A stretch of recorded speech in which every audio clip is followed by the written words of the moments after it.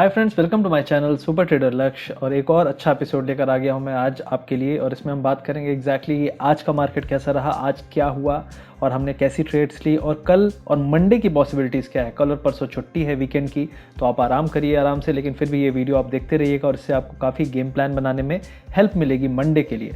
तो यहाँ पे सबसे पहले हम बात करेंगे कि आज का मार्केट कैसा। तो आज का मार्केट खुलते ही डिप हुआ और हमने ऐसी उम्मीद की थी। कल हमने 9200 पे हमने शॉर्ट किया था मार्केट को, और 9200 से आज हमें डिप मिला ऑलमोस्ट 9050 तक। 150 पॉइंट का निफ्टी में हमें डिप मिला और बैंक निफ्टी में करीब 400-500 पॉइंट का डिप मिला हमें। तो काफ़ी अच्छा मूवमेंट था हमारे लिए, क्योंकि कल ही हम समझ गए थे कि ये ब्रेकडाउन होना है और पॉसिबिलिटी है। रात में ग्लोबल मार्केट में काफ़ी बड़ा बाउंस आया, उसके बाद भी अपना मार्केट सर्वाइव नहीं कर पाया और अपने मार्केट ने कंटिन्यूसली वही किया जो ब्रेकडाउन होना था, हमने एक्सपेक्ट किया था। और लास्ट में जो आपको ये रैली दिख रही है, रिकवरी दिख रही है, ये सिर्फ वीकेंड की रैली है, क्योंकि जिन लोगों ने काफ़ी ऊपर लेवल पे शॉर्ट किया होगा, 9580 पे किया होगा 2 दिन पहले, वो लोग आज अपना प्रॉफिट बुक कर रहे थे क्लोजिंग के पहले। क्योंकि बहुत सारे लोग जो प्रॉफिट में हैं वो होल्ड और कैरी नहीं करना चाहते अगले वीक के लिए, कहीं कोई पॉजिटिव न्यूज़ आ जाए या कोई बड़ा अनाउंसमेंट आ जाए, क्योंकि निर्मला सीतारमन की प्रेस कॉन्फ्रेंस भी चल रही है। तो उसके कारण लोगों ने बुक किया, इसलिए आपने ये शॉर्ट कवरिंग देखी। अदरवाइज ये शॉर्ट कवरिंग भी नहीं, ये बहुत कमज़ोर मूव है। अगर बहुत स्ट्रॉन्ग शॉर्ट कवरिंग होती तो आप देखते एक लाइन में एक अप मूव आता, लेकिन वो भी नहीं है। ये बहुत कमज़ोर, बहुत वीक शॉर्ट कवरिंग थी। तो मुझे लगता है अभी अगले हफ्ते फिर हम डाउनवर्ड जो ड्रिफ्ट है अपना कंटिन्यू करेंगे। अब हम बात कर लेते हैं सेक्टर्स की। तो आज आप देखेंगे टेलीकॉम, मेटल, एनर्जी, ये कल के पिटे हुए सेक्टर है, इसमें थोड़ी थोड़ी शॉर्ट कवरिंग आई है। और आज बैंक, फाइनेंशियल, ये अभी भी वीक है, ऑटो भी वीक है।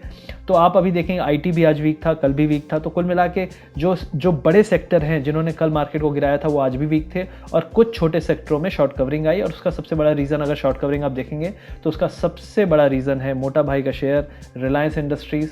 ठीक है, तो अगर आप इसके फ़ैन हैं तो आप जय अंबानी भी बोल सकते हैं, लेकिन यहाँ पे आप देखेंगे कि रिलायंस इंडस्ट्रीज़ का शेयर काफ़ी अच्छा बाउंस दिया। अगर आप रिलायंस में हमारा जो भी मैसेज फॉलो कर रहे हैं पिछले एक हफ्ते से, तो हमने 1600 पे शार्प हमने सबको एग्जिट करने को बोला था। अपने फ्री टेलीग्राम चैनल, जो हमारा टेलीग्राम चैनल है, उसमें ज़रूर ज्वाइन कर लीजिए। सुपर ट्रेडर लक्ष्य नाम है उसका।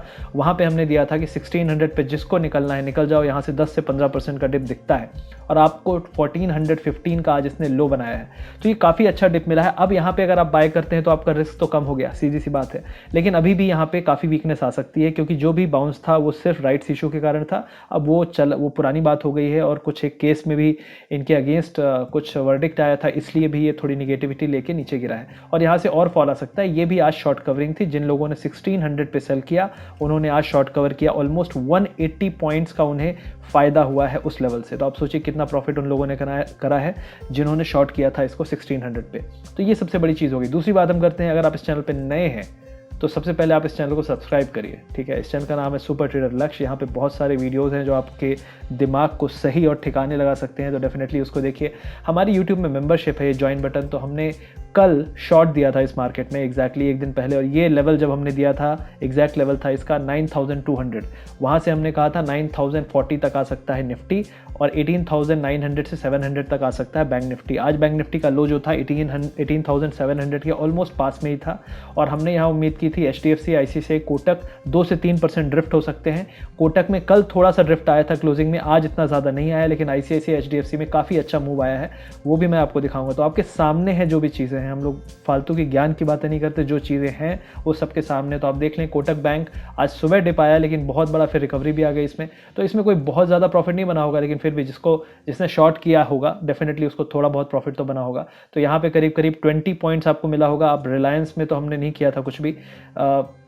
आप ICICI बैंक में देख सकते हैं, ICICI बैंक में भी आज करीब 2.5% 3% का डिप आया था। और आपका HDFC में भी हमने शॉर्ट दिया था, तो HDFC थोड़ा ऊपर खुला, लेकिन फिर भी ड्रिफ्ट होके यहाँ पे भी ठीक ठाक डिप आया था। बहुत बड़ा डिप तो नहीं आया था, ऑलमोस्ट 20-25 रुपीज़ का डिप आया था यहाँ पे। तो इसने भी काफ़ी ठीक ठाक डिसेंट मूव दिए। तो मैं ये कह रहा हूँ कि जो भी स्टॉक्स हमने रिकमेंड किए थे उसमें लोगों ने पैसे गवाए तो बिल्कुल नहीं, बनाए होंगे। 2% से 3% का मूव आया। तो ये एक चीज़ थी जो आपको मेंबरशिप से फ़ायदा मिलता है, हमारे व्यूज़ का, हमारी रिसर्च का। ये कोई कॉल्स नहीं होते, ये मेरा व्यू है। अगर आपको अच्छा लगे तो आप इसको ट्रेड कर सकते हो। आपको नॉलेज होना चाहिए। अगर आप ज्वाइन बटन से मेंबरशिप जो यूट्यूब की है ज्वाइन करते हो, आपको नॉलेज होना चाहिए। अगर आपको नॉलेज नहीं है तो आप हमारे मेंटरशिप प्रोग्राम में ज्वाइन कर सकते हो। आइए हम बात करते हैं मार्केट के बारे में। तो आज जो आप देखेंगे गेनर्स, तो गेनर्स में आप देखेंगे काफ़ी छोटे छोटे स्टॉक्स हैं जो पिटे हुए स्टॉक्स थे। इसमें सबसे जो हैवी वेट था वो रिलायंस और HUL था। तो HUL हमने ऑलरेडी बोला था कि 2000 के आसपास काफ़ी पिटाई हो चुकी है, अब यहाँ से एक बाउंस बनता है, तो आज यहाँ से बाउंस आया है, तो ये एक्सपेक्टेड था। रिलायंस में 1400 के आसपास हमने सपोर्ट बोला था, टारगेट भी बोला था, वहाँ से भी बाउंस आया। तो ये शॉर्ट कवरिंग था, एक सपोर्ट लेवल पे आके थोड़ा सा बाउंस तो बनता है, और वीकेंड था इसलिए लोगों ने अपने जो शॉर्ट्स में प्रॉफिट थे उन्होंने बुक किए। तो ये दो मेजर स्टॉक्स है। उसके बाद अगर आप देखेंगे तो कोई बड़ा स्टॉक नहीं है, सब में थोड़े थोड़े गेन्स हैं। और अगर आप लूजर्स की बात करेंगे तो लूजर्स में आप देखेंगे काफ़ी सारे स्टॉक हैं, बहुत सारे सेक्टर्स हैं। आप ऑटो में देखेंगे, ऑटो में काफ़ी स्ट्रेंथ थी, उसमें सेलिंग आई है। बैंकिंग में काफ़ी सेलिंग आई है, ICICI बैंक देख सकते हैं, बजाज फाइनेंस, बजाज फिनसर्व, आप इंडसइंड बैंक देख सकते हैं। अब यहाँ पे आप देख सकते हैं कि जो आज का वेटेज है गेनर्स और लूजर्स का, वो आप यहाँ पे देख सकते हैं कि रिलायंस इंडस्ट्रीज़ जो था उसने सब कुछ किया जो भी किया। तो रिकवरी में सबसे बड़ा रोल था रिलायंस इंडस्ट्रीज़ का, फिर भारती और हिंदुस्तान यूनिलीवर ने थोड़ा थोड़ा कंट्रीब्यूट किया। और लूजर्स में आप देखेंगे तो बहुत सारे लूजर्स हैं जिन्होंने कंट्रीब्यूट किया। तो ऐसा नहीं था कि कोई गेनर्स या लूजर साइड मार्केट था, लेकिन मार्केट जो था नेट न्यूट्रल बंद हुआ है, ना इसमें गेनर थे ना लूजर थे। लेकिन स्ट्रॉन्ग इसको क्लोजिंग हम नहीं कहेंगे, क्योंकि स्ट्रॉन्ग क्लोजिंग तब होती जब हम ऑलमोस्ट 50 to 60 पॉइंट्स निफ्टी में बंद होते और बैंक निफ्टी में कम से कम 200 पॉइंट ऊपर बंद होते। लेकिन बैंक निफ्टी में भी हम नेगेटिव बंद हुए हैं, निफ्टी में भी ऑलमोस्ट फ्लैट टू नेगेटिव बंद हुए हैं। और जो दूसरी चीज़ है जिस चीज़ के कारण हम ऊपर गए थे वो था हमारा डो जोन्स। तो यूएस मार्केट ने काफ़ी अच्छी रैली मारी और यूएस मार्केट अभी डाउन है। आप यहाँ पे देख सकते हैं कि जहाँ पे हमारा मार्केट बंद हुआ था उस टाइम पे ये था 23,590। तो 23,590 से ऑलमोस्ट 250 पॉइंट का ऊपर से फॉल आ चुका है। तो ये नेगेटिव है, आप देख सकते हैं यहाँ पे।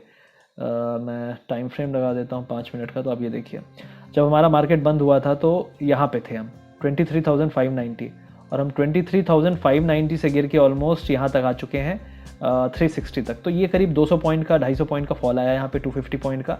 तो ये अब हुआ है। अब इसके कारण क्या इम्पैक्ट होगा, डेफिनेटली हम वीक हैं। अगर प्रेस कॉन्फ्रेंस की आपको लग रहा है कि कुछ बड़ी अनाउंसमेंट होने वाली थी, तो वो भी आप देख सकते हैं कि प्रेस कॉन्फ्रेंस में कोई अनाउंसमेंट नहीं है। आज जो अनाउंसमेंट है वो सिर्फ है एग्रीकल्चर एक्टिविटीज़ और अलाइड रिलेटेड एक्टिविटीज़ हैं, उनके बारे में अनाउंसमेंट्स हैं। तो ये कोई बहुत बड़ी अनाउंसमेंट्स नहीं है जिससे हमारे मार्केट को कोई बूस्टर मिले। तो डेफिनेटली ये भी एक फ्लैट टू नेगेटिव ही रहेगा, क्योंकि कंटिन्यूशन ऑफ ट्रेंड रहेगा, और कंटिन्यूशन जो अपना ट्रेंड है वो डाउन है। तो डेफिनेटली अगले वीक हम ब्रेक डाउन देखेंगे, जिसकी बात मैं कल भी कर रहा था। हम थोड़ी निफ्टी बैंक निफ्टी की बात कर लेते हैं। तो ये एक ट्रेंड लाइन मैंने बनाई थी, ये भी अभी भी कंटिन्यू है। ऊपर का लेवल ज़्यादा हम टच भी नहीं कर पाए हैं और फॉल आ रहा है। और अल्टीमेटली अगर हम यहाँ से फॉल बड़ा एक्सपेक्ट करते हैं तो अगला जो बड़ा डिप आ सकता है वो 17,500 तक आ सकता है। तो यहाँ से एक बड़ा फॉल मैं उम्मीद कर रहा हूँ, करीब 1000 से 1500 पॉइंट का बैंक निफ्टी में। और यहाँ RSI जो है वो स्ट्रेंथ भी आपकी धीरे धीरे कमज़ोर हो रही है। और अगर हम निफ्टी 50 में बात करेंगे तो निफ्टी 50 में जो हमारा सपोर्ट था वो अभी भी 80 के पास है, 8900 के पास। तो यहाँ से करीब 150-200 पॉइंट का फॉल, एटलीस्ट 200-250 पॉइंट का फॉल यहाँ पे आ सकता है। और ये फॉल, अगर मुझे नहीं लगता कि इस बार मार्केट अगर जाएगा 8800 तो सिर्फ 8800 जाने के लिए जाएगा। मोस्ट प्रॉब्ली ये रिवर्सल होगा पूरे इस जो भी अपसाइड है इसका, और अगला हमारा जो टारगेट होना चाहिए 8500 के आसपास होना चाहिए।